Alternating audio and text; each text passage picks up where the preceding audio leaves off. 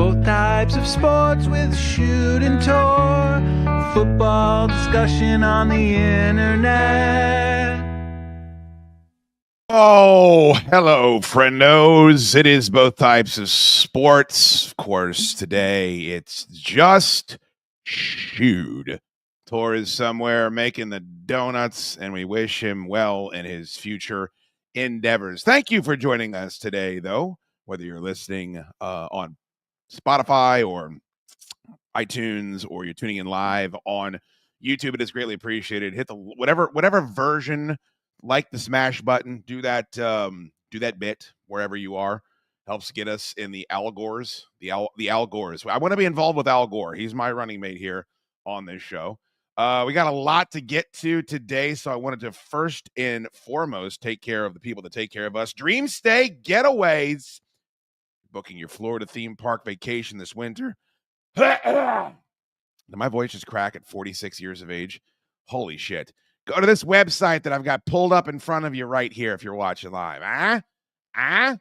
They got multiple beautiful properties. Look at these pools. Look at these movie rooms. Look at all this fun stuff for kids. 7 bedrooms, 9 bedrooms, sleep 16, hot tubs, private pools, Wi-Fi, all the fun stuff.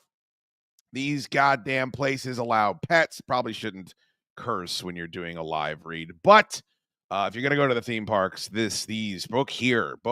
Go around Verbo, Airbnb. Don't pay all those fees. It's hundreds and hundreds of dollars for nothing. Go to dreamstategetaways.us. Book one of these homes if you're going down to the parks. And make sure you ride the Velasa coaster. Can't wait to check out that bad boy. All right. And they're on Instagram too, so give them a follow. Dreamstay Getaways, or check out the link at the bottom of the page right now. All right, enormous amount to get you on the program today. So Sean Salisbury will be joining us in a few moments, or is scheduled to join us in just a few moments. We also have a special mystery guest coming up here at the bottom of the hour. I don't want to ruin the surprise, but it's probably not somebody you would expect to see here. It's probably not somebody that you would expect to be on this show at this time of the day. So that should be fun for everybody. If you would like to send super chats, we do accept super chats on this program. It helps keep the Google gremlins at bay. Our buddy Cannon Hotep always coming through and showing love. Thank you so much, Cannon. Salute to the GOAT. I only strive to be as great as... Oh, stop it. Stop it. There are entire communities that are jealous of your following, sir. Congratulations to you. And don't let me catch you doing any spastic gesturing anywhere, because you'll get accused of being a fascist. Thank you, Cannon Hotep. Greatly appreciate you being on the program, and thank you for the super chat. We do accept super chats, you chiseling mother, you filthy. Before Sal's gets in, I wanted to talk about this. This has nothing to do with the playoffs. It has nothing to do with Ben Johnson or Aaron Glenn or, Trent Baalke, any of the hot names that are at the top of the crawl today in the land of professional foosball. Now, this is different. I love this account on X. Oh, I should play our fucking imaging. We have imaging for this. Now it's time for the NFL on X on both types of sports. See, when Cannon Hotep gives a $9.99 super chat, he's funding that level of, those production values are what we strive to maintain around here, and we can only do that with your super chat. Now it's time for the NFL on X on both types of sports. Yeah, that's the high level, high quality, high bit rate standard of programming that we set for ourselves and others around here on BTOS. This is the helmet guy.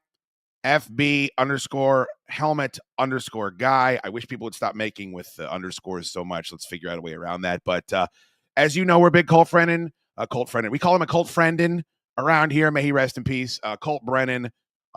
We give away signed Colt Brennan autograph cards on the 1st of every month, 2nd of every month. What is it, the 5th? What's the day we do it? I got another one. Gonna be giving it away February. Follow us on X for a chance to win a signed autographed Colt Brennan football card. And the helmet guy tweeted out, Colt Brennan always had an elite helmet, Facebook, and visor aesthetic. If you are listening via a podcast, you can go find this tweet. We retweeted it on @BothTypesSports. And no truer statement has ever been said. I mean, this is a cold-looking motherfucker out on the football field. I don't know why. I don't know why the extra bar in the face mask, the one that goes up another level, really makes you look that much more gangster, but it certainly does. And then the face shield doesn't work for everybody. Like on that weird Ezekiel Elliott concussion helmet, I never thought it looked that cool, but Colt was very consistent throughout his collegiate and his professional career. So have to start the show with a little Cole Brennan whenever we get the opportunity to do it. So what is on the docket for today? Plenty. I want to ask Sal's about the marriage between Caleb Williams and Ben Johnson. And also one of the first things I'm going to ask him is, we had Ben Volin on the show last week. We were talking about Mike Vrabel getting the head coaching gig there in New England and Foxborough, him assembling his staff, the Detroit Lions getting absolutely pilfered for their coaching staff. I hope, you hope that you had your next generation of lieutenants there ready and coached up and able to come in. Hopefully the scheme is something that they can replicate. We know how much Jared Goff benefited from that in Detroit, but their coffers are empty now. They've lost 3 coaches this offseason, I think, at the point of when we are recording this. But one of the things Ben Volin talked about with Mike Vrabel getting announced, that has nothing to do with Detroit, but Mike Vrabel gets announced in New England, and Ben Volin from the Boston Globe said, there's something going on with Drake May. Drake May didn't address the media at the end of the season for some reason. Most quarterbacks do. And then he wasn't at the announcement of Mike Vrabel as the head coach of the Boston Patriots, while we saw yesterday, very much so, Caleb Williams was present and very excited. Lots of reports of him screaming and being very much in tune with the hiring. So I'm curious if that's a cause for concern or that's just a talking point. That's just bones for those of us that want to talk about this stuff for multiple hours a day for us to pick. And a gentleman that would know a thing or three about the quarterbacking position and coaching him up, my buddy from the Sean Salisbury Show. Look it up, listen to it, live it, love it. And at Sean Unfiltered on X joins us now on both types of sports. Sal's, wonderful to see you, brother. How are you? You too, man. I'm doing good. I appreciate it. Well, let me continue with what we were just talking about. Ben Volin on the show last week. I thought that it was the media kind of spurging out for no reason that Drake May wasn't at the Mike Vrabel press conference, but he pointed out that he also didn't address the media at the conclusion of the season. A lot of the other players did. And then we see Caleb Williams having a very visual presence when Ben Johnson is announced as the new head coach of the Chicago Bears, and those reports that he's cheering in his car and wiling out. When you hear the dichotomy of those two scenarios, I don't think ultimately it's going to mean they get pass or fail, but does it raise any question marks for you about how the quarterbacks are conducting themselves? No, this one, I'm not overly worried about this, Chad. I'm really not. The Drake May not being there. I don't know the organization. I saw enough this year to warrant that guy goes in as starting quarterback for the Patriots next year. I hear the talk of going and getting a quarterback. I personally, if it was a different year, different draft, and there was different needs, I know every year a team needs a guy, whether it's Tennessee, and there are going to be quarterbacks drafted in the first 5 picks. I don't think any of them are worthy of a first 5 pick this year, but they're going to get drafted because of need. I don't see a guy in this draft that comes in and takes Drake May's job right now. I don't. Maybe 3 years down the road. I saw enough that told me the guy can throw it. The guy played poise on a team that wasn't very good. As far as, I don't think it's an attitude problem. He didn't show. Hell, I tried to chalk it up. Was he out of town? Is he supposed to be at the facility in his off season in January when they've been eliminated for a month now and fly in to be at the facility if that's not his off season home? I don't know. I mean, the speculation and not addressing the media at the end, maybe he was disappointed in the season. I don't know. I'm not trying to give him all, but I don't know the kid. I'm assuming that he approaches his job right, but they're in flux right now. Are they going to take quarterback? Is Vrabel there? I would imagine him and Mike are going to talk at some point, what their plans are. But I think it's way too early to start saying we need another quarterback. They need a lot of other stuff because Shadur Sanders or Ward, anybody else comes in right now isn't fixing this team is the rookie year. I think Drake May's got a future. And so I'm going to ride with that for now. I'm not real bothered, because Caleb was there. Think about this. Now, all of a sudden, we're going to tell Caleb Williams how great he is because he was at the press conference. Yet all season long, I heard people saying before the draft that, well, Does he care about the team? Is he an I guy? Is he a me guy? So each personality is different. Until I know why Drake May wasn't there, then I can tell you, well, bad attitude, didn't like the coaching hire, wanted somebody else, or they're moving in a different direction, told him to stay away from the building. To me, hell, I mean, I just think about people's off-season homes and quarterback.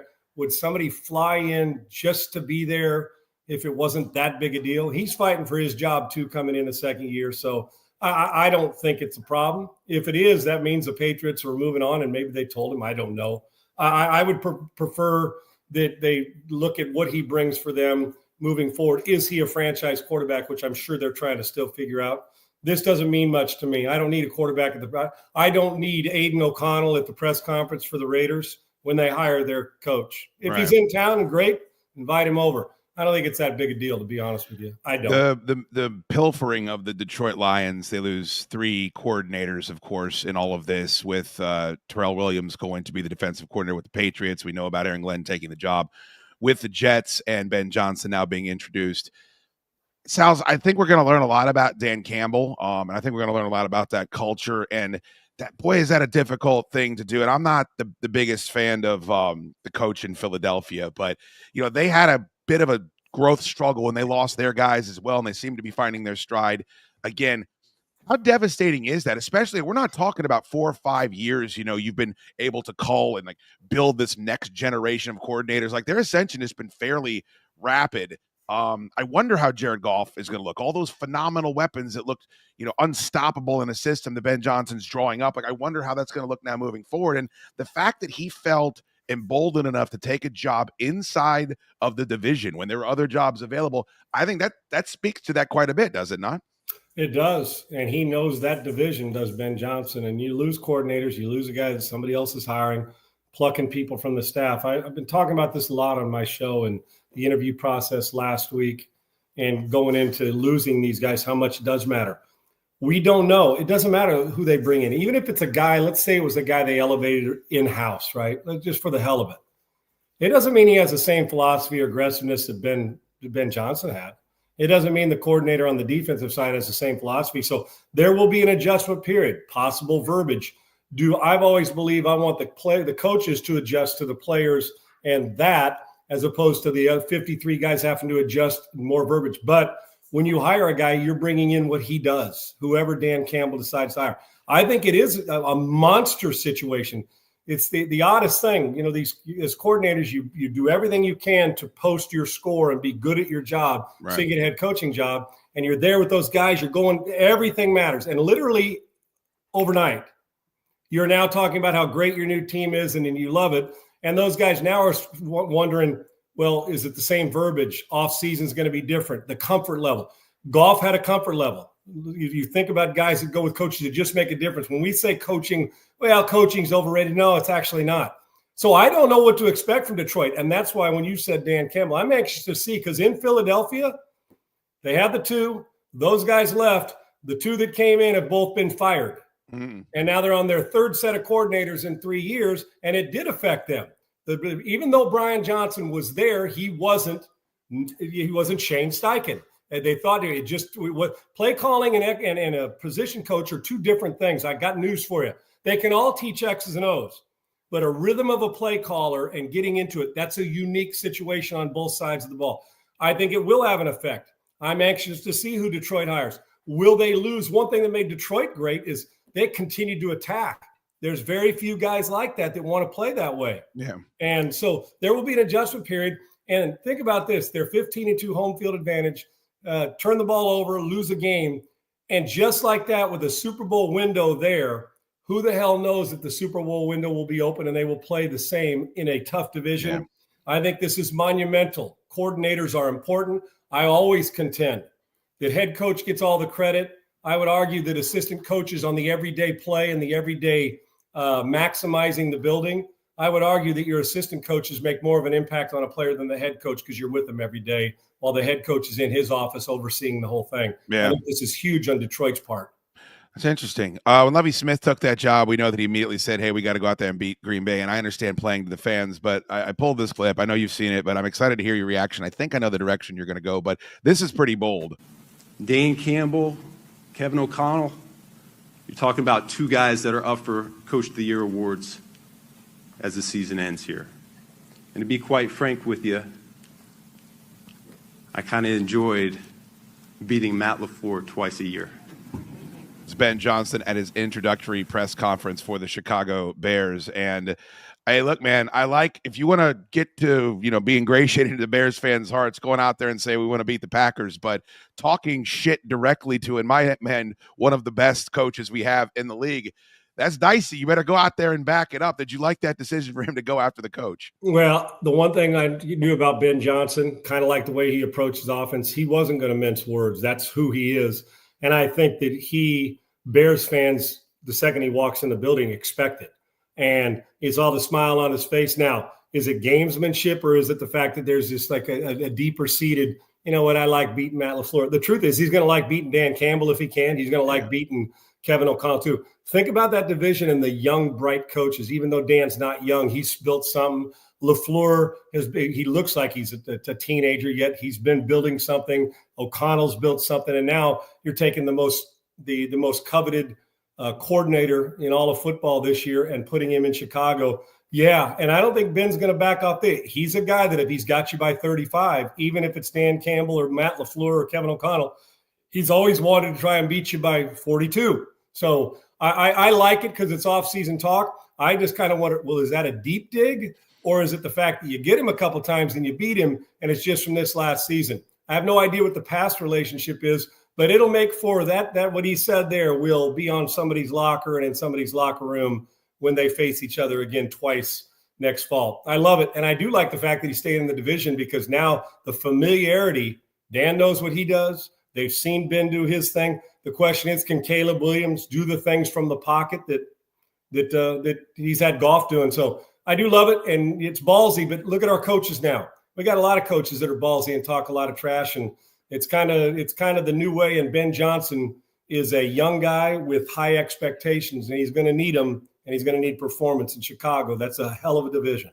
The interesting part of that division too, Sal's, is like on paper, you're like, man, this is it. This is the meat grinder. But Jordan Love and the Packers definitely went out with a whimper at the end of this season. We assume that they're moving on from Sam Darnold and going to J.J. McCarthy. That has to come together in Minnesota. And Detroit, as we just talked about, their coffers have been pilfered for all of their coordinators. So, well, I still think those are all good teams with good coaches, and that's what you need. But there does seem to be at least a path to upward mobility, especially that we all acknowledge that the Bears underachieved greatly this season, even with a rookie quarterback. No doubt. And there's things I can guarantee you that Detroit's not going 15-2 next year. Yeah. It's hard. I can guarantee you Caleb Williams is going to play better football. I can guarantee you that if the Vikings do make the decision to move on from Sam Darnold, whether you wanted him short term, whether you were going to franchise him, or whether the last two games of the season, the regular season, a playoff game, put a taste in your mouth that says, who is Sam Darnold? Pressure Sam Darnold, or is he the guy who played in the regular season, or the guy who did not play well the last two, which is going to prevent him from getting big money anywhere, unfortunately. And it was just those two games, but two monster games and two bad performances. So, yes, what happens is a division that was three playoff teams and wow is now still got wow talent. But the truth of the matter is, if I said, is Detroit the favorite in the division? Talent-wise, you might say yes, but you might say, man, that could be 3 or 4 games different depending on the coordinators and the comfort level and new verbiage and a new guy coming in, hopefully hits the ground running. I don't know who the favorite is today because I do place that much emphasis on those two coordinators in Detroit. Yeah, I'm with you 100%. I think that Detroit, while last, who says they're not going to be 4 games better? And Ben Johnson does have a guy that's got a lot of bandwidth. Now it's going to be his job to corral him at sometimes and cut him loose at others. I can't wait to see it, and I'm here for it. But all those teams that made it, all, like you said, Green Bay getting out of that thing where they did not perform well at the end in the playoffs. But the other teams in the division, Chicago, took a step back at times this year, and the other two teams, Minnesota and Detroit, it didn't end anywhere near the way they wanted it to. There's a lot of question marks for a division that was so stacked this year. I have to get your thoughts on this. Sean Salisbury joins us on both types of sports. Please follow him at Sean Unfiltered on X. This got an enormous amount of run. We all saw it with our eyes, and I've never heard players come out and openly criticize the referees, including the head coach like the Houston Texans. And the Houston Texans outgained the Chiefs in every facet of the game. You covered them. I'm sure this has been a hot button topic for the entire week on the phone, Sals, but there's always been my mantra was always, if you blame the refs, if you blame the weather, it's like it's loser speak. But I have been watching football my whole life. I have never seen it. Pat Mahomes slowing down and kind of sticking his back out, trying to draw contact because he knows those refs have his back. That felt like a deal breaker to me. They asked him about whether or not that the Chiefs and him specifically get preferential treatment. He said, quote, "I don't feel that way. At the end of the day, the referees are doing their best to call the game fair and as proper as possible. All you can do is go out there and play the game as hard as you love." I think we preach that here in Kansas City. Here's the problem, and this was noted in this article on PFT, is something that's already been acknowledged by referees. There was a defense by Troy Vincent, who is the VP of football operations for NFL Executive, where he acknowledged that they are protecting the quarterback specifically because they're the ones that put asses in the seats, right? Like he invoked the ratings and said they go down when the quarterbacks are not out there. Well, if you're going to do that, if you're going to value one position group above all others, why is it a conspiracy theory to think you'll take the best quarterback in the group and then put his needs even further above that? I want your comments on all of it, but have you, someone that's been around the game your entire life, have you ever seen this level of scrutiny surrounding one player, one organization, and their relationship with the officials? No, and there's so many branches to it. But listen, I love Troy Vincent, and I know it's the mandate from on high. It's not just him; it's everybody. Of course, they protect the quarterbacks, overprotect them. The rules suck. We've lost integrity of tackle football. Not all of it, but we have. It has been softened. Not that the players are softer. The rules force us to buy into the fact that this game has become a different football game than you grew up watching. It just has. Regardless of whether you like it or not, you can argue all you want. In Kansas City, they're probably going to argue they don't get preferential treatment. Elsewhere, they're going to argue that they do. Here's the simple facts from my naked eye. One is, I think it's an embarrassment that we have to admit that ratings and people's ass in the seats are coming to see one guy. And that may be the case. Don't tell us, lie to us, even though we all know that is part of the routine and what goes on. And you're also basically telling me that the left tackle's right knee is not as important as the quarterback's left shoulder. That's what you're saying. Mm-hmm. Yet, oh, wow, man, they lost 3 offensive line. Well, it doesn't matter, man. All we care about is Pat and Josh and Lamar and Joe Burrow. With the Kansas City Chiefs specific, we can twist it any way we want.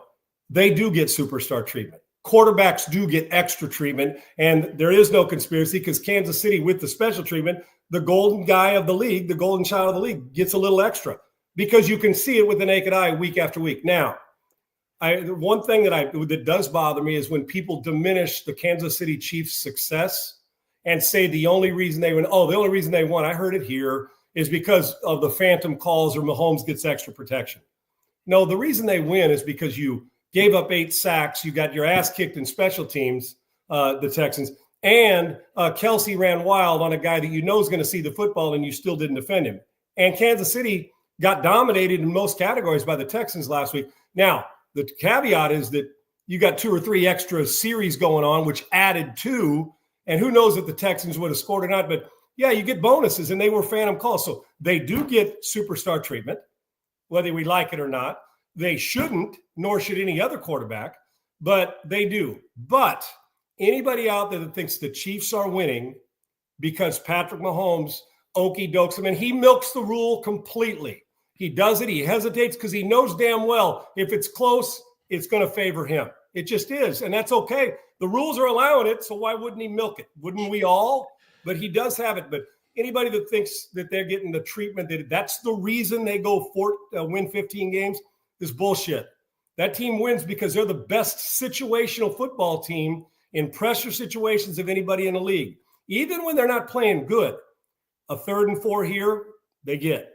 A 4th and 1 here, they get. A red zone touchdown to Kelsey, they get. And then on a 3rd and 9, you throw an incompletion, and if it's close, you're going to get the extra 3 or 4 downs because of a late hit that was a phantom late hit helmet to helmet. So, yes, but the Chiefs deserve more credit for being a great football team or executing it great at the right time, even though they haven't looked pretty offensively this year. But come on, man. Anybody that blames it all on Mahomes and says that that's the reason is wrong. But anybody that sits back, Kansas City Chiefs, Andy, Pat, any of them, and say, no, we don't get any treatment any better than anybody else.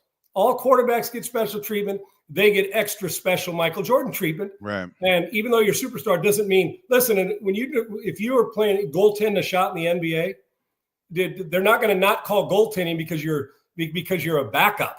The truth of the matter is there shouldn't be superstar and unwritten rules for, we got to treat him with special. I know why they do, and it comes back to what everything. It ain't about health. It's about money when it comes to the Mahomes thing. So, and protecting him, we got to keep him in there. So is it a bit Bush League and bullshit? Of course it is. But you got to beat 12 guys about 2 or 3 plays in a game when you go to Kansas City. But even then, you got to do it on your own side. The Kansas City Chiefs are a great franchise and great team, and it's not just because of the phantom calls. That just gives a little extra incentive and bonus for them to get an extra down. But it's rare that they come out of it and you say the only reason they won is because Mahomes got treatment. The Kansas City Chiefs are a phenomenal football franchise. They win games because they do it better than anybody else. And then they get the bonus on top of it, which they don't need. And that's the biggest bitch and gripe I have about it. Sure. He gets preferential treatment, and he milks it to a T, and that's okay because they allow it. Here's the problem I have with the whole thing, Sals. We're coming out, and I don't get political on this show, but we're coming out of an era where there was a lot of people that were called a lot of things and a lot of conspiracy theories that were tried to be stifled. And we're learning a lot of that stuff was true and that we were lied to. So what I try to do now is I try to just look at where does the money go? Caitlin Clark, Taylor Swift in that box. The ratings for the Ravens and the Bills, which is a fantastic matchup, a football player's dream, 2 MVPs, button heads, was lower than when the Chiefs were involved the year before. There's millions of people that didn't tune in. And because why is that? Well, you're getting all the Beyonce fans. You're getting all the Swifties. And so if the NFL's looking at that and saying these are millions of fans and potential customers that we're going to lose, it's Occam's razor, man. Like, how far are you willing to go? And you're right. The Chiefs have earned everything they got. But it's the postseason, and it's the best teams, and it's a hair's difference between who advances and who doesn't. And if we can nudge it in the right direction and get them 15 yards and get a conversion, get them 3 points, that's all that needs to take place. And that just seems like logic to me. It's not conspiracy theory. You're 100% correct in applying it to the way society was. And you are exactly right. Like I said, we have a lot of all or nothing, right? When it comes, they get their ass kicked if it's not for that one call. That's not true. But the truth of the matter is that they watch numbers. They know who the stars are. They know who's in the seats.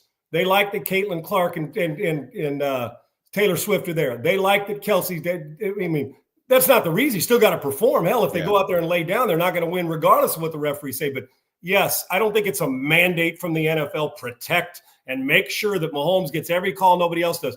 But I do think there's this sitting in there that, put it this way. Do you think that the NFL would like the Kansas City Chiefs to be at the Super Bowl this year? 100%. You're damn right they would. But the Chiefs have earned this. They have built this, but they're getting extra help. And listen, if the rules are going to allow it, milk it. I get it, but they shouldn't. And so, yes, and you're right. On 3rd and 9 in the playoffs, and you throw a ball that's a catch and a tackle for 4, and it's at midfield, and they're not going to go for it. But then all of a sudden, a late flag comes in. It's a personal foul, and you extend it. Giving Mahomes 2 extra shots is like letting Tiger Woods take a mulligan off every tee box when he was at his best for 683 straight weeks. So, yeah. And this is the biggest winner in team sports right now is Mahomes. They do get aided a little bit, but even if they don't get a call this week, I got news for you. Buffalo's going to have to play well, and Allen's going to have to dress in a phone booth. Does it suck that that the best team continues to get it because they're the best player at his position in the world right now, gets a little extra treatment? Yeah, it's not right, but well, if they're going to continue to allow it, if I'm in the Kansas City locker room, I'm milking that for 3 extra fucking series every week I can. You've been complimentary of this gentleman every conversation that we've had. There's been a lot of reasons to, but we're entering different territory now, Sal's, when it comes to Jaden Daniels, and he's got an opportunity to do something that we've never seen, and that, of course, rookie quarterbacks, they are 0-5 all time in conference championship games. He's got a chance to go to the Super Bowl. This is a metric from FanDuel, I believe. If you're listening, you can go look for this yourself. We'll put it up on our X account, but from 10-1, they have the top 10 rookie quarterback seasons in NFL history. Now, Caleb Williams is on this list, so take it with a grain of salt, but Dan Marino, Dak Prescott, Cam Newton, Ben Roethlisberger, C.J. Stroud, Robert Griffin III is on this list, Justin Herbert, Russell Wilson, and number 1 overall, they have Jaden Daniels, 2024, fresh off going into Detroit and doing the best team in the NFC. What do you make of him? Would he be at the top of the Sean Salisbury list if you put this together? Yeah, that guy that's at number 9 would be a lot higher too. Dan Marino, 1983. Yes. Considering if Marino was playing in 2024. Can you imagine? I think about that all the time. Yeah, it would be Marino and then 9 other cats in order. There'd be a gap there. So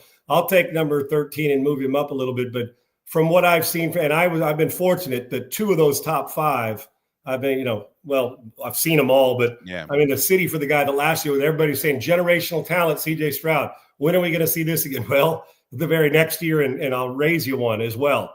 I've told you from day one, every single year I've watched him play since Arizona State, he's got better, which tells me that it's this. There's something he's working on every offseason to polish the game. All the other stuff you can't teach, the poise, the leadership, the making people around you better. The stuff you can teach, he gets better on. The things that I have to have in a quarterback to be great and to give my team a chance to be great. 1, he's got to be able to maximize the building, the people around him. That's it. 2, he's got to be emotionally and mentally tough to deal with any situation under pressure. And 3, he's got to be accurate. And he's got them all. I reverse this. It'd be a shorter conversation asking what's not to like or what doesn't he do well. There's nothing. He's got command of the team. He's on a team that without Jaden Daniels and just another guy this year, the Washington football team probably doesn't make the playoffs, let alone I think has a legitimate shot. And he's the best quarterback on the field in this game on Sunday. And I respect Jalen Hurts, but the throwing, they're not even in the same area code. And he's got feet. He's a big body. And the one thing that's my favorite, he reminds me of Warren Moon. He is unflappable because I was a teammate and I could never tell if Warren was playing good or bad. I mean, most of the time it was good, but you would never tell because he never let anybody else in the outside fans. You could never tell. And I watched Jaden Daniels, and incompletion doesn't bother him. And I got to tell you, brother, in a time when physical skills matter, but it's that mental grind and emotional grind of getting booed at home, going on the road, and all the stuff that comes into distractions and tough, this dude's got it. The only weakness I guess he has is he doesn't need to take as many hits as he takes. Yeah. You got to learn how to be judicious with that. You and I have discussed that at times this season, but I give him a legitimate chance to go in there and win. I think he's on a tremendous uptick to be he may be a top 6 or 7 guy now. I hate to put that on a rookie. They did that to Stroud last year. Now he's not in the top 5. Let's give him 2 or 3 years to continue to settle in. But you want to know what a franchise quarterback looks, sounds, and performs like? He's in Washington. When you draft a rookie, that's how it's supposed to look and sound, and the execution. He doesn't go with the P potential. We know that's there. He's the other side. He came in as a rookie and gave us the P production. There's nothing about him that says rookie other than the year in the league. He's special. Last one for you, Sals. When teams play each other 3 times in a year, it ain't natural. I said the point that I was always making is you just have physically watched more tape on those teams than you have for anybody else. Washington's coming off a big victory, and people want to talk about the backup quarterback being in there, and that's some sort of asterisk. No, they knocked out the starting quarterback. That's what you want to do if you're a football team, is you want to go out there and knock out the other team's best player. They did that. They go on and win the football game, and of course, Jaden Daniels looks electrifying. When you have to play the team the 3rd time, how much of a difference maker is that, and how we should be thinking about the matchup? I'll tell you what, for me, you know what the hardest thing to do is not get too cute as a play caller and as a coach and as a team. What happened? Listen, 85 to 90% of the stuff they've done all year that's got them to where they are now, they're going to do it. Guess what Saquon Barkley is going to do? They're going to run inside zone. He's going to catch it, and they're going to feed him the ball 30 times. Guess what Jaden Daniels do? Use his feet. They're going to RPO. They're going to do it. Cliff and your great chess match going back, Kellen Moore. They're going to do what they do. And then they're going to add some extra things that you hope, the Dickums, we call them, which is that Andy Reid Dick, where it's a little, the pitch back to the quarterback on a quick change turnover. Those things that aren't 70 plays, but are one that they're not calling it to be a gimmick for the next week for the next team to see on tape. They're calling it because, like Andy expects it to work. But the truth of the matter is the substance of this game is going to be, can you tackle the guy in the backfield? Can you prevent the big play? And can you make him kick field goals and play between the 20s without scoring touchdowns. There's got to be no secret formula, even though it's the third time. You're familiar, but you got to guard against feeling like you're too familiar, because guys will go home and say, oh, I've seen them. I know what they do. And you won't dive into just your lonely work. You've got to treat it like you haven't seen them, although you got that knowledge, that think bubble right here saying, I know in 3rd and 6, they love this because tendencies and the analytics and the metrics tell me. But there will be a tendency. We've played them 3 times. This is our 3rd time. I got to be cute. I thought Ben Johnson last week, even though it wasn't 3 times, was a little too cute on the reverse pass throw in that situation. I thought he got too cute because it's worked for him all year. I think if you do the basics, the simple things great, and sustain them, you will be in the game. And then it's going to be the 4 or 5 or 6 plays, a snap hook on an extra point, a big play that hits your hands and falls to the ground, a strip sack fumble and a flip the field, about 6 or 8 of them. But it's the ones who try to get too cute. You're not changing it. These guys are creatures of habit and superstitious as shit. They're going to go with what's worked all year because they'd be stupid not to. It'll be the execution of it, and it'll be guarding against the ego to get cute and say, see, my double reverse pass at the 25 where I took it out of Jaden's hands and put it in a running back's hands and he threw a pick was dumb.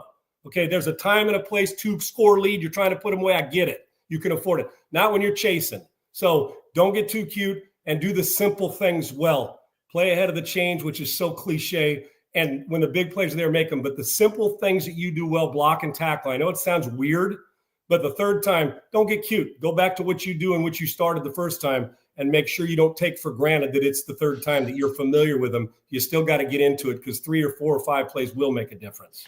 Sal's always bringing out the big super chats. Bobby Double L, $50. Thank you so much, brother. Love BTOS with Shude and Sal's. How could we not have the great Sean Salisbury on championship weekend? The last weekend for football fans, and then all of the half-timers and the commercial fans take over for the bowl. Sal's, have a wonderful weekend, brother. Thank you so much for the time. Enjoy your weekend, too.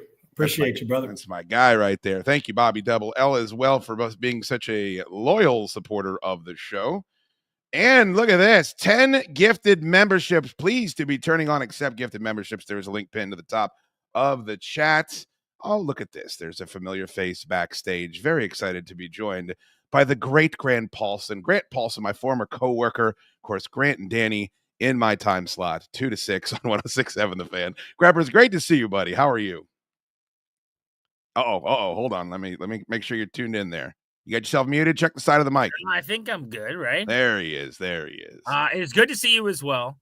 I didn't know. I was like, would it be awkward if I'm sitting in your studio while I'm talking to you? So I waddled down the hall a little bit, but sitting here at the station, I'm fat again, and Washington's good at football. Other than that, everything's the same. Join the club. I know the exact room you're in too. Is that creepy? Thank you so much, Bobby, for the 10 gifted memberships. Really appreciate you taking some time today, Grant. Not only have you been covering this team as long as anybody, but you've been covering football as long as anybody. And I wanted to start there. I just asked Sal's about it, but you were around for Robert Griffin III. You're getting to ask these guys questions. I was hosting that show.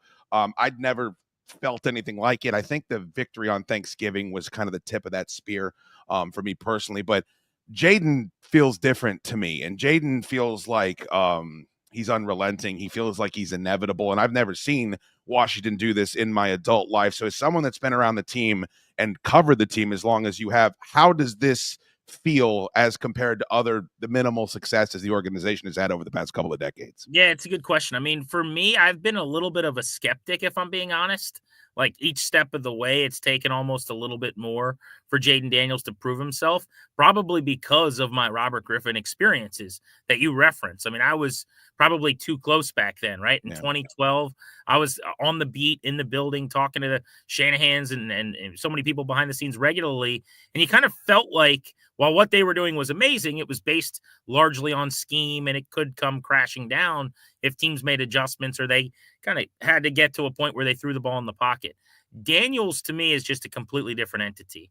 Like, he can beat you in every way, and he's proven that in times and in games where he's been kept in the pocket and had to make throws, the ability to see the field. And Chad, he gets through reads. I mean, there's incompletions occasionally over the course of the year you can find where he looked at 3 or 4 guys and then threw the ball out of bounds, like little stuff that rookies don't do, doesn't really put the ball in harm's way, doesn't give the defense many chances to get their hands on the rock. He is super sharp. And I will say this too. I'm not out there. I'm not on the beat anymore.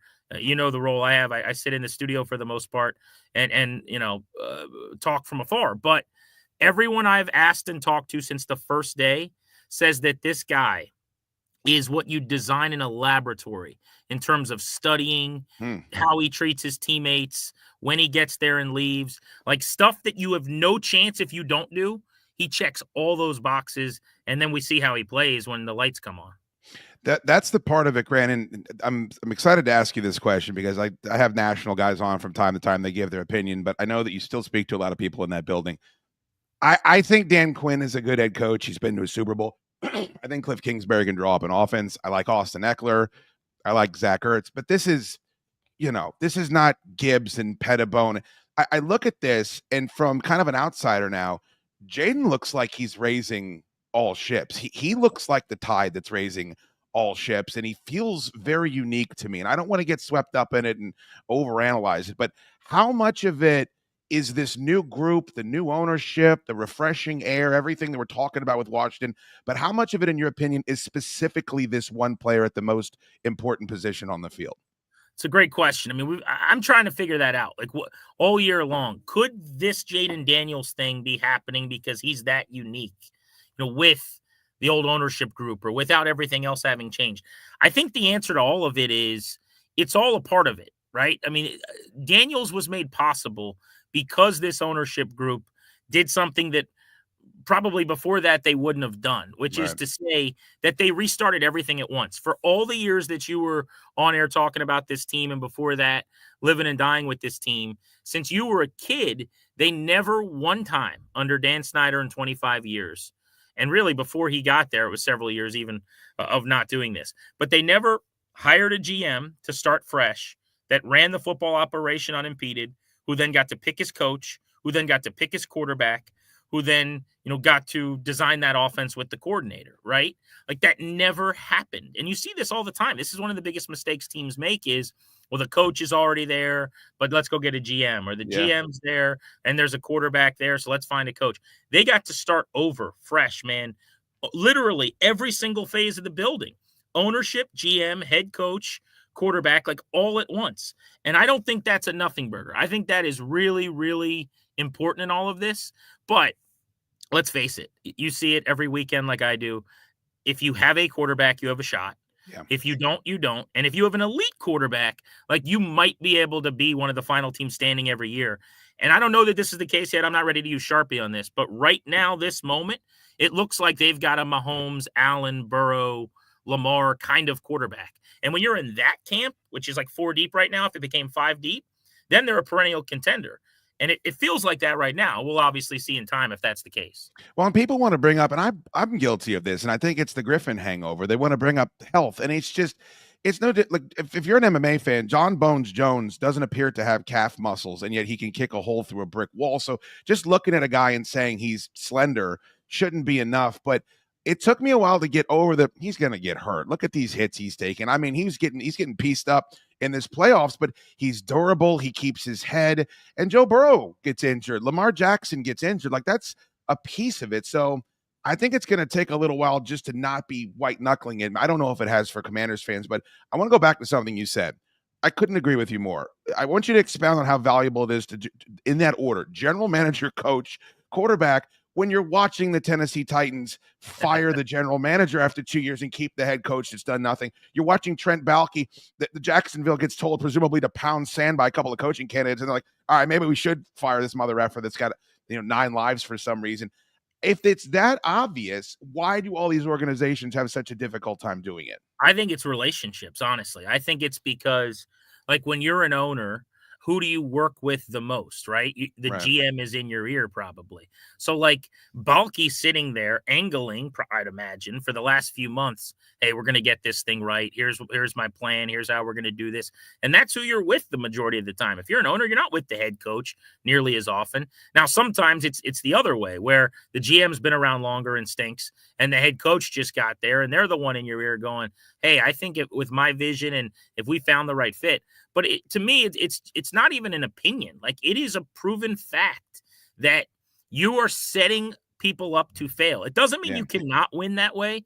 You can punch through the wall if you have the antidote at quarterback, or if if you're Patrick Mahomes and you went to the Titans this year, they're probably going to be in the AFC Championship game pretty soon. Like, there's ways to overcome, but just generally the best path forward, it's proven, right, is that everyone's on the same page and that there's a hierarchy of people. It's no different than what we do, right? If I end up at a radio station where the PD leaves or whatever, and then somebody else comes in and I'm not really their guy, that's not ideal, right? Yeah. So I just think it's normal.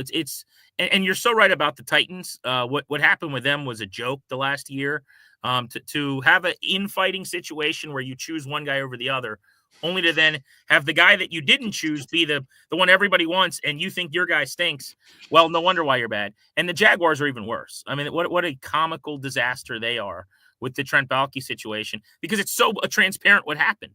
The coaches they wanted were like, no way, guy. Probably not going to do that. And then they fired the guy, and now the coaches already took jobs. Like, it's amazing, man. The South is wild when you think about how unhealthy the Colts are in an active feud with the biggest media personality on the planet. And then the other two teams, all the Texans have to do is show up on time. And they kind of did. Yeah. Like, think about their year. I actually really like watching them, and I love CJ Stroud. But they were a huge disappointment this year for the most part. They almost salvaged that in the playoffs. But that's kind of what they did. They just parred the course. Like you said, they showed up at 1:00 every week. They kind of stuck their head to the ground, and I think they go 10-7 and won the division. Sure. You just have to not be embarrassing, and you might come out on top. They win a playoff game. They go out there and they outgain the Chiefs. I mean, they had themselves a nice little season for their franchise. All right. I don't get into the weeds as much as far as the individual matchups when it goes to, but the Eagles getting 6 seems fucking ridiculous to me. We know what happened in week 16. Jaden goes for 5 touchdown passes. He had 3 in the fourth quarter. They win. They knock the quarterback out. I believe Eckler wasn't even in that game. He's going to be back for this game. Now, Cosme being knocked out, we know who's on the other side. That's a huge matchup issue, but 6 points feels like a lot. I feel like Jaden's the best player left in the tournament, at least playing the best right now, and the Commanders are as hot as anybody. I'm not overly impressed with the way that the Eagles have gone out and taken care of business, and they deserve credit for doing that. And we also talked about playing a team 3 times in one season. You're going to be ultimately familiar. How confident should Washington fans be going into this matchup? I feel they should be pretty damn confident. I think they should be feeling really good. Yeah. First thing on the line, I don't get it either. The only thing I can say is, in a world where the Lions were 9.5-point favorites, 6 makes sense. Yeah. But I thought that line was weird. Like, that made no sense to me either. I thought that was way too huge. And then you see how Washington played and winning by 2 touchdowns. The 6 points you could talk me into, and I could say makes sense, if the Eagles were rolling. They haven't thrown for 135 yards in either of these playoff games. Their passing game is broken. And why is there no adjustment seemingly for Jalen Hurts, Chad? Not being either healthy or effective. Because he's hurt, right? He's more hurt than we know. It seems like it. He won't answer the question, which is a non-answer is an answer. And you just watch him. Like, watch that safety that he took. That's a terrible play by a guy who can't – he's compromised. So something's not right there. I don't really get why the line doesn't reflect that. I think it should be probably 4, maybe 4.5, whatever. But I guess it doesn't matter at the end of the day. To your point, though, on fans – I have bet against them. I picked against them and bet against them against the Bucks. Me too. I loved them in the points against Detroit, but I didn't think there was any way they were going to Detroit in that environment and winning. I'm not doing that anymore. I now am picking them to win this game. To me, and you were still on the air in 18 on our station and in 19 with the Caps and the Nats. Like, this now feels like a magical carpet ride. And maybe I'll be wrong. Maybe they'll lose somehow. But those runs, if you remember, where the Caps got a bunch of breaks, and they're really good. They deserve it. Same with the Nats in 19, just wild ride. That's starting to happen, where Baker Mayfield accidentally, whoopsie-daisy, bumps into Jalen McMillan and fumbles. Or the center, who's really good, Graham Barton, just snaps the ball at the wrong time on and inches, and now it's 4th down, and they got to kick the tie instead of go for it to win. Little things like that keep happening. There was a play in the Lions game, if you remember, where they were about to go up. I want to say it would have been maybe 14-3 or more, 17-3. And Jared Goff got a sack fumble in the red zone on that play, if you watch, like Amon-Ra St. Brown's one-on-one with Wagner on a choice route is exactly what they wanted, and he slips and falls. So because he slipped, now Goff has to hold the ball, and he gets hit, and he fumbles. I mean, little things like that are just kind of stacking up. And that's not to take away from Washington. They've been awesome. You got to be good and lucky. But I just feel like it's one of those runs. It would be weird to me if it ended in Philly, unless Hurts can get right, and I just don't see that. So I'm picking them, man. But fans feel really, really good. I would sum up how they are thinking about the game basically with right now the philosophy is, I got Jaden Daniels, I got a shot. That's the momentum. Like, he's, to your point, he is playing as if he is the best player left in the playoffs, which is crazy to say. If you're going to pick one, he would be, maybe it's Saquon, but maybe it's Josh Allen. I mean, I'm not overly impressed with Mahomes. I mean, he's played his bet as well as anybody. The part of it, Grant, that's crazy is going into Detroit and winning the way they did in dominant fashion. There's another component of professional sport where, it took a long time to beat down the Washington fan base to where it was before this season. It's going to take a long time to dig out of it. But you have young football players, young football fans that are nomads now for the most part. They root for the superstars, kind of that NBA effect. They're watching Jaden. There are encampments of Commanders fans springing up every time they go on the road and they beat one of these teams. And you have this guy that everyone's going to want the jersey for years and years and years. Before you even get to what if they win the Super Bowl, what if it's Buffalo versus Washington, I'm just talking about from restoring the foundation, digging out and making this team into approaching what it once was back when I was very young, back before probably you were born. I just think they've done an incredible service to themselves with the way that they're winning and how they're winning and who is involved. And I think that's how you kind of build back the dunes after the hurricane. No doubt. I mean, it's been unbelievable to watch the renaissance even just this year within the fan base. And it's what they're doing is they're building these core memories for young fans. Yeah. That will result in that generation liking this team. Like, they lost a generation of people and countless people along the way, which happens not just with 30 years of ineptitude, but obviously the way they've treated people and the way the owner ran things and all of those factors. But just as an example, there was a kid that I saw like in my neighborhood rocking a Jaden Daniels. It's the black jersey that's become really popular with the yellow numbers. With young people, like, they don't care that they used to be the Redskins and they're not anymore. They don't care that they're not wearing the Joe Gibbs early 90s gear that bummer. Right, exactly. But like, I'm like, what is this? What team is this? This doesn't look like the thing that I grew up with. The kids don't care about that. They just think Jaden Daniels is awesome. And he is, by the way. But like, that's what they care about. So that's a real thing. That's reality. They're building this thing back up. What I would say, though, and I don't need to explain this to you, you know this as well as anybody and maybe better than me, like, the tent is smaller, if you're going to use like a political term, right? I mean, whatever there used to be, a number of people that cared about this team, that is a smaller tent than it used to be. But it's way bigger than it was at the beginning of the year. Sure. And the passion underneath, like inside of the tent, is at an apex. I don't think they can ever be that big tent again. With this iteration, with this name and this, you're just not going to get everybody back. But what you can do is create this new thing and keep growing your tent with new people. Like the kids that are buying the Daniels jerseys, they were never in the other tent.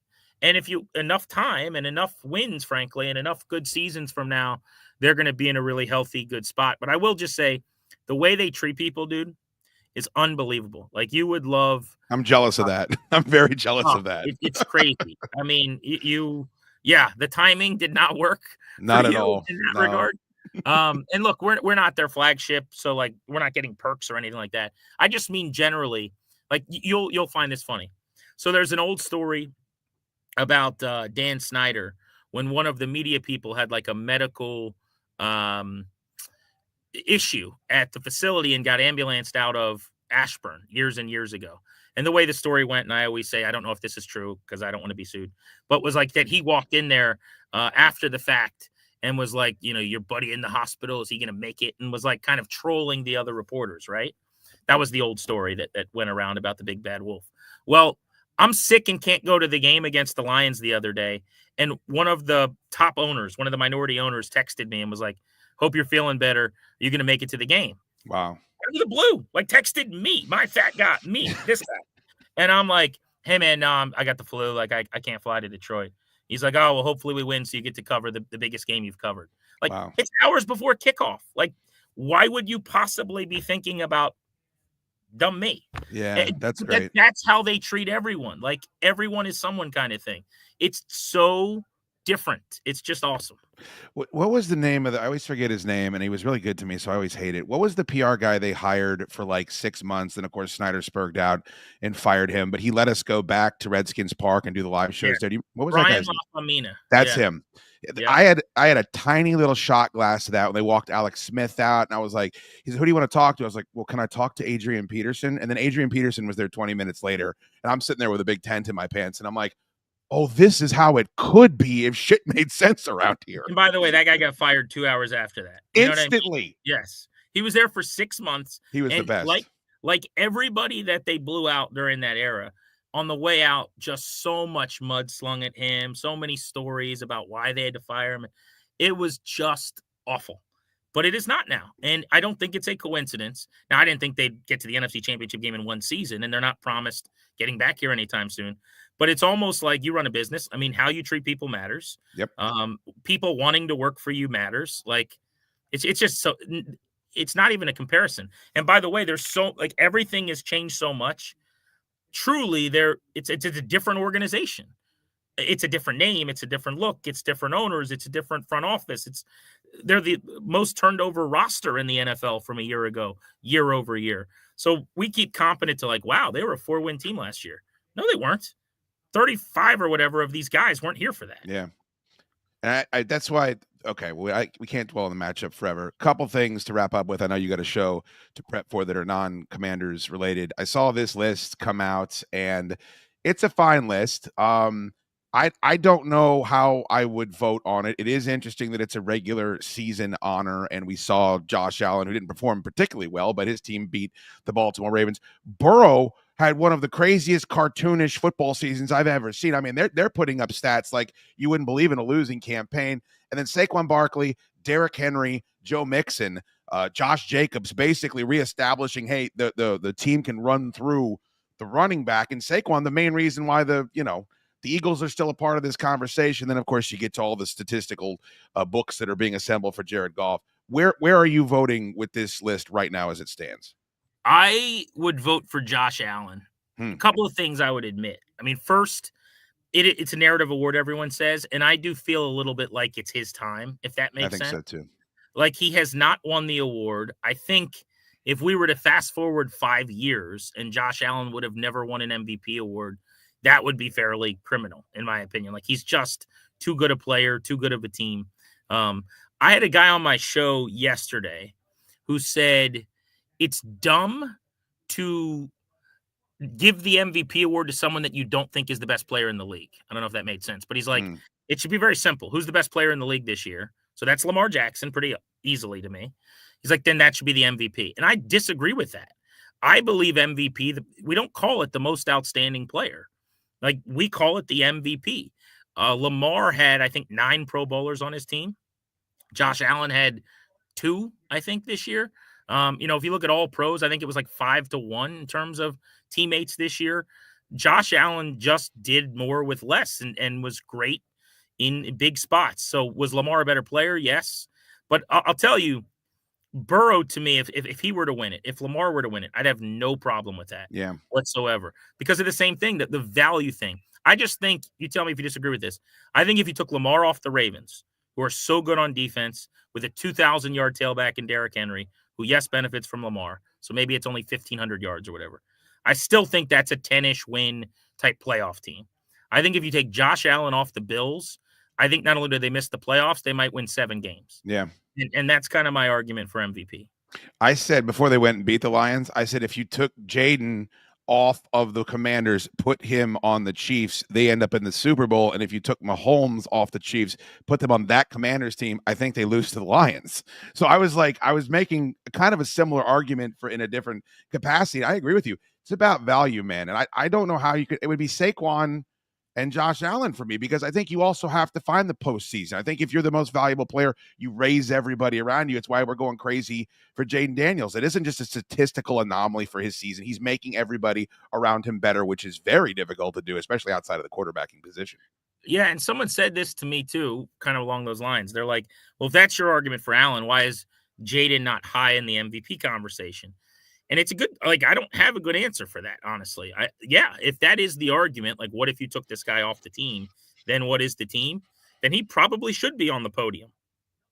Because I think that to some extent, Washington's other players get belittled too much. I agree. I think they have really good players that don't get enough credit because we kind of do the Jaden and the Misfits storyline. But there is some of that on offense. Like, Olamide Zaccheaus is really good. He caught 10 balls for the Eagles last year. You know what I mean? Like, are we sure that De'Ami Brown had never caught 5 balls in a game before the playoffs? He's done it back-to-back weeks. So there is some dragging this team along with him. But I will say, and look, if Marcus Mariota started 17 games, Washington probably would have gone 7-10, 6-11, whatever. But in the 3 quarters he played against Carolina, he lit it up and they scored 40 points. And when Marcus Mariota played against Dallas for a half, he dragged them back to a win and threw a game-winning touchdown with a couple seconds left. So I guess my point is we've seen them at least be functional in a very small sample without Daniels. I don't think that would be the case over a long period of time. Is it the greatest rookie season we've seen out of a quarterback, recency bias aside? It's got to be. Yeah. I mean, it's got to be. Last year, what Stroud did was breathtaking. How could this not be better than that? I saw this graphic, by the way. Yeah. The Russell Wilson thing has to be just based on what happened in the playoffs, right? Sure. Because I don't remember at the end of that regular season, like Griffin won the Rookie of the Year.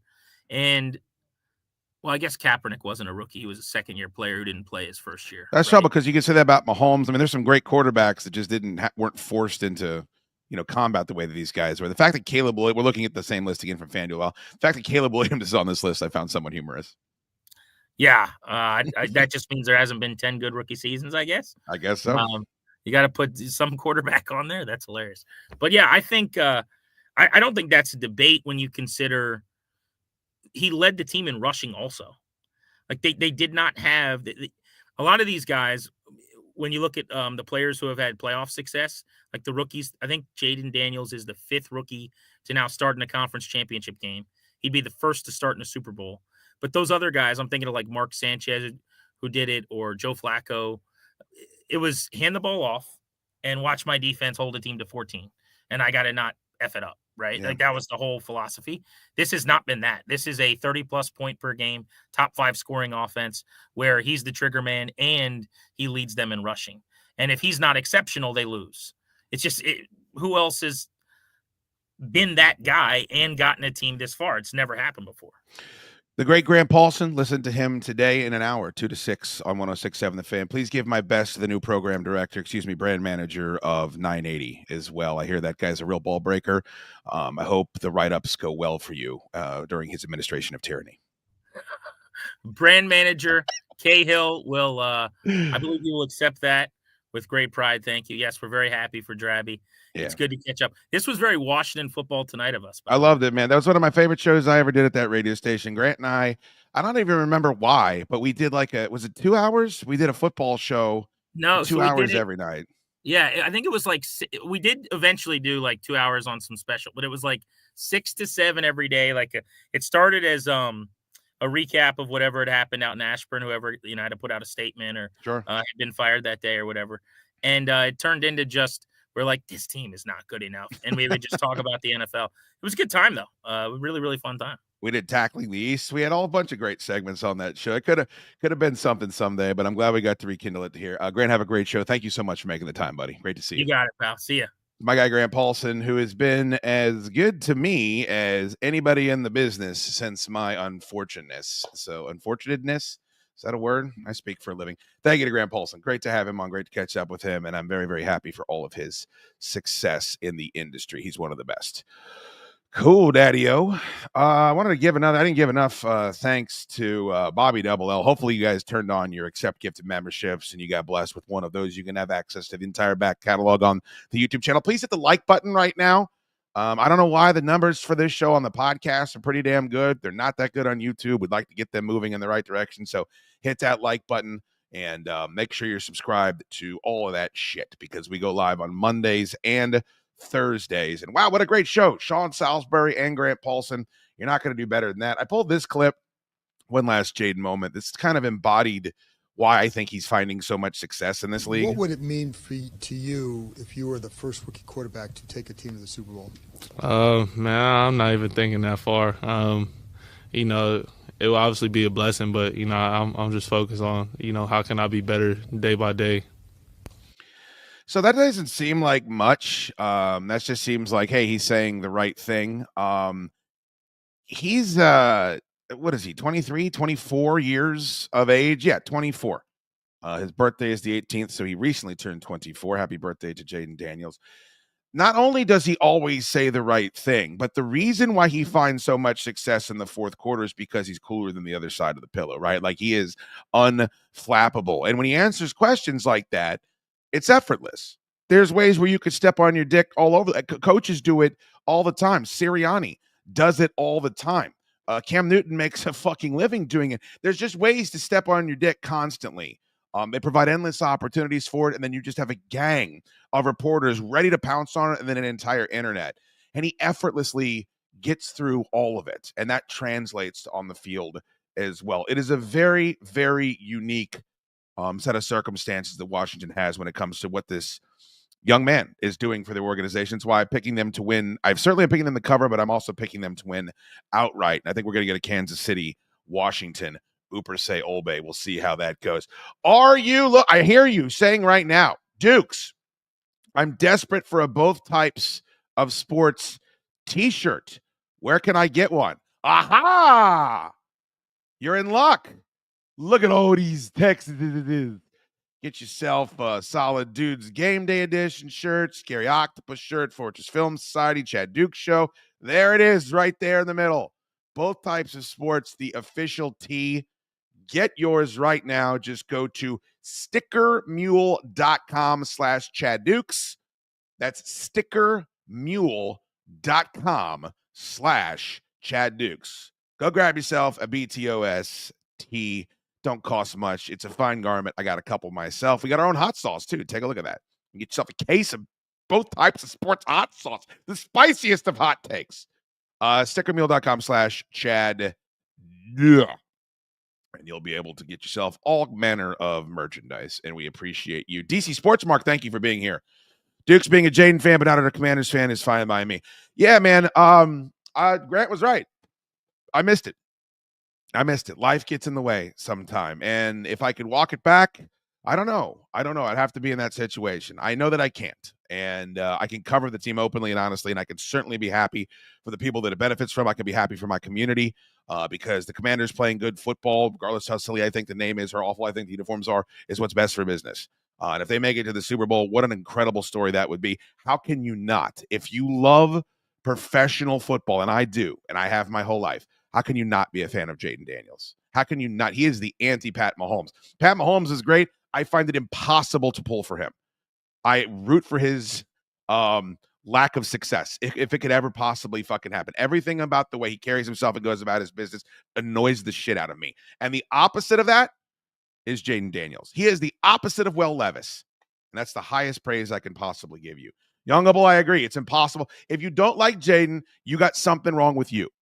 And that's fine. I have a lot of personal baggage as well that I project onto other people. But yeah, it ain't have nothing to do with that young man. Thank you for the super chat, DC Sports Mark. And thank you for being here. Hit the like button, you silly geese. And never go short over the middle. We ain't running no pitches. I need all of you to go long. Real long. Hey, what do you got? Both types of sports. Yeah, what's it do? Go long. Real long.